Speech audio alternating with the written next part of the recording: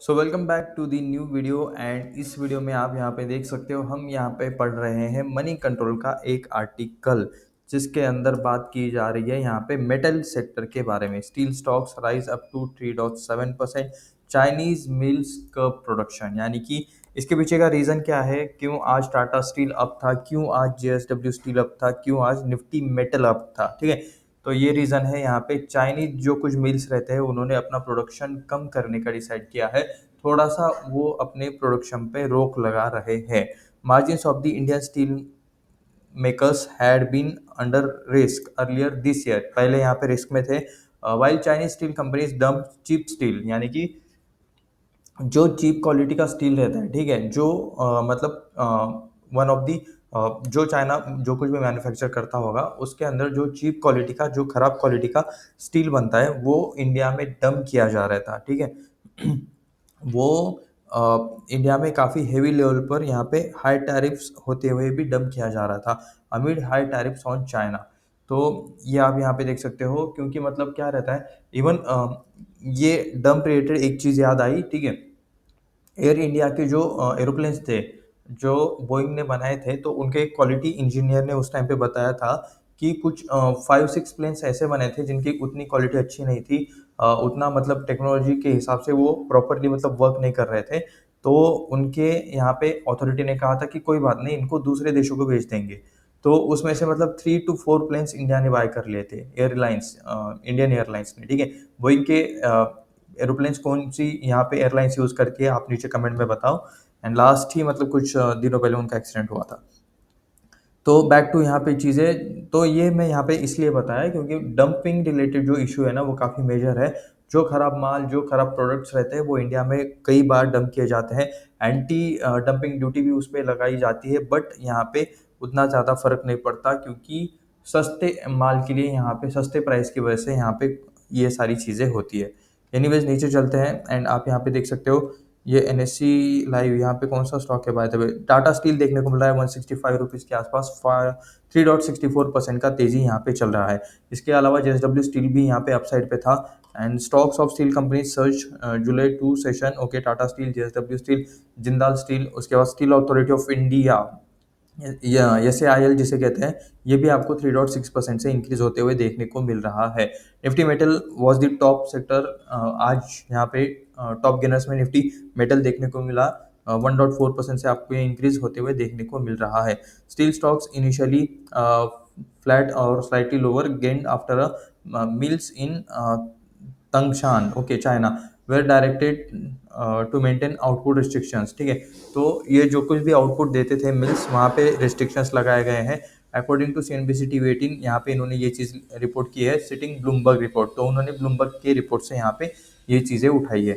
This curbs are the part of the Chinese government's ongoing efforts to improve air quality and enforce environmental standards. तो ये कदम Chinese government ने क्यों उठाया है, तो ये उठाया है ताकि एयर क्वालिटी यहाँ पे सुधारी जा सके। चाइना के जो कुछ भी मतलब सिटीज़ है जहाँ पे भी ये मैन्युफैक्चर होता है, जहाँ पे भी मतलब ये सारी चीज़ें लगती है, वहाँ पे enforce environmental standard and environment related चीज़ें ठीक की जा सके, इसलिए यहाँ पे चाइनीज गवर्नमेंट ने ये कदम उठाया है। टाटा स्टील शेयर यहाँ पे 3.60% से आपको इंक्रीज होते हुए देखने को मिल रहा है, 166 का प्राइस। एंड सेल देख सकते हो जो कि हमने स्टील अथॉरिटी ऑफ इंडिया, यहाँ पे 3.4% से इंक्रीज हुआ है 138 रुपीज़ के प्राइस पर।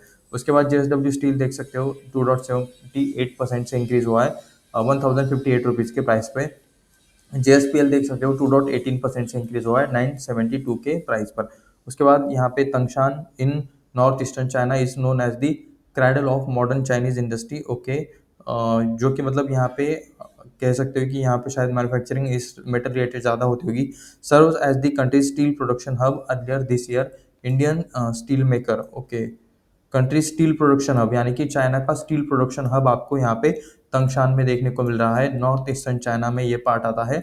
Anyways earlier this year Indian steel maker faces pressure. Okay, Chinese producers जो थे flooded the market with the cheap export, यानी कि चाइनीज जो यहाँ पे लोग थे या फिर जो स्टील मेकर्स थे, उन्होंने यहाँ पे मार्केट में, इंडियन मार्केट में चीप प्रोडक्ट्स भेजे हैं, चीप स्टील बेचा है।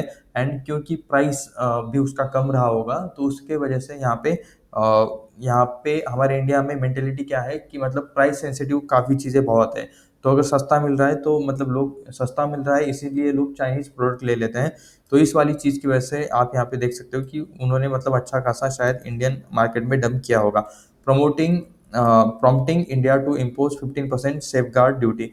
तो फाइनली मतलब जब ये काफ़ी ज़्यादा चीप स्टील यहाँ पे डंप करने लगे, तो इंडियन गवर्नमेंट ने यहाँ पे 12% का सेफगार्ड ड्यूटी लगा दिया था, जो कि एंटी डंपिंग ड्यूटी ऐसा चाहे तो बोल सकते हो। Changes in Tangshan's production levels have significant impact. तो थोड़ा बहुत यहाँ पे इसकी वजह से इम्पैक्ट आया है ड्यूटी की वजह से। Global steel prices and trade dynamics. Okay, तो देख सकते हो safeguard duty effective from April 21 for 200 days. तो अप्रैल 21 से यहाँ पे ये ड्यूटी स्टार्ट हुई थी, फॉर 200 डेज के लिए अप्लाइड है। Flat rolled products of non alloy and certain alloy steels to shield domestic products from sugar in cheaper imports, ठीक है, particularly from countries such as China। तो स्पेसिफिकली यहाँ पे चाइना से मैक्सिमम, ठीक है, जो इस टाइप वाली चीज़ें आती है, देख सकते हो नॉन अलॉय, एंड उसके बाद flat rolled products of non alloy, उसके बाद सर्टेन अलॉय स्टील्स, उसके बाद शील्ड डोमेस्टिक प्रोडक्ट्स प्रोड्यूसर्स, ठीक है। तो ये कुछ यहाँ पे चीज़ें हैं जिन्हें मतलब गवर्नमेंट ने या फिर स्पेसिफिकली इन चीज़ों को ये लोग ट्रैक करके यहाँ पे ड्यूटीज़ लगा रहे हैं। ओके, तो उसके बाद आप यहाँ पे देख सकते हो steel export fail more than 60% over the past 3 years, 6.95 million tons of FY25।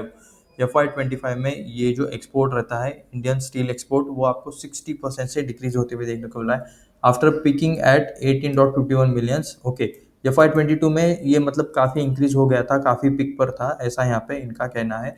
And 22 से लेकर अभी यहाँ पे 25 तक आपको थोड़ा सा ये डिक्रीज होते हुए देखने को मिल रहा है। The levy is expected to boost per ton EBITDA for steel makers in near term। Okay, इनसे मतलब इस एक्शन की वजह से ऑफ कोर्स यहाँ पे इनको फ़ायदा होगा। कह सकते हो कि स्टील कंपनीज जो है, ठीक है, उनको यहाँ पे आपको अच्छा खासा फ़ायदा होते हुए देखने को मिल रहा है। एक बार हम यहाँ पे मतलब चेक कर ही लेते हैं कि क्या क्या सारी चीज़ें हमें देखने को मिल सकती हैं। टाटा स्टील मैंने ओपन किया, बट हमें यहाँ पे पेयर कंपैरिजन देखना था। JSW स्टील यहाँ पे टॉप पे देखने को मिल रहा है 25,000 नहीं, 2,59,500, 1 करोड़ के मार्केट कैप के साथ। उसके बाद टाटा स्टील 2,07,244 करोड़ के मार्केट कैप के साथ, ठीक है। जिंदल स्टील भी देख सकते हो 99,000, जिंदल स्टेन है 58,000। उसके बाद यहाँ पे सेल एंड बाकी भी देख सकते हो, ठीक है। तो नेट प्रॉफिट भी देख सकते हो 1,500 का JSW स्टील ने किया है, 1,200 का टाटा स्टील ने किया है, जिंदल स्टील माइनस है, जिंदल स्टेन प्लस है 500। तो ये सेल का देख सकते हो प्रॉफिट 1,250 करोड़, ठीक है। सेल इज इंडियन गवर्नमेंट वाली कंपनी है, ये गवर्नमेंट प्रमोटर्स है इनके, ठीक है, इन शॉर्ट गवर्नमेंट कंपनी है, ऐसा चाहे तो आप यहाँ पे देख सकते हो। एंड बाकी ठीक है, हमें यहाँ पे ये मेन कंपैरिजन ही देखना था कि कौन कौन से कंपनीज है और क्या सारी चीज़ें हैं। तो ये था यहाँ पे स्टील सेक्टर रिलेटेड एक छोटा सा न्यूज़ अपडेट। इस वीडियो में किसी भी तरह के बाय सेल का रिकमेंडेशन नहीं है, ये वीडियो सिर्फ रिसर्च एंड एजुकेशनल पर्पज़ के लिए है, ये मैं आपको यहाँ पे क्लियरली डिस्क्लेमर दे देता हूँ। ऐसे ही और न्यूज़ और अपडेट जानने के लिए यहाँ पे इस चैनल को सब्सक्राइब करें, वीडियो को लाइक करें, अपने दोस्तों के साथ शेयर करें। मिलते हैं नेक्स्ट वीडियो में, धन्यवाद।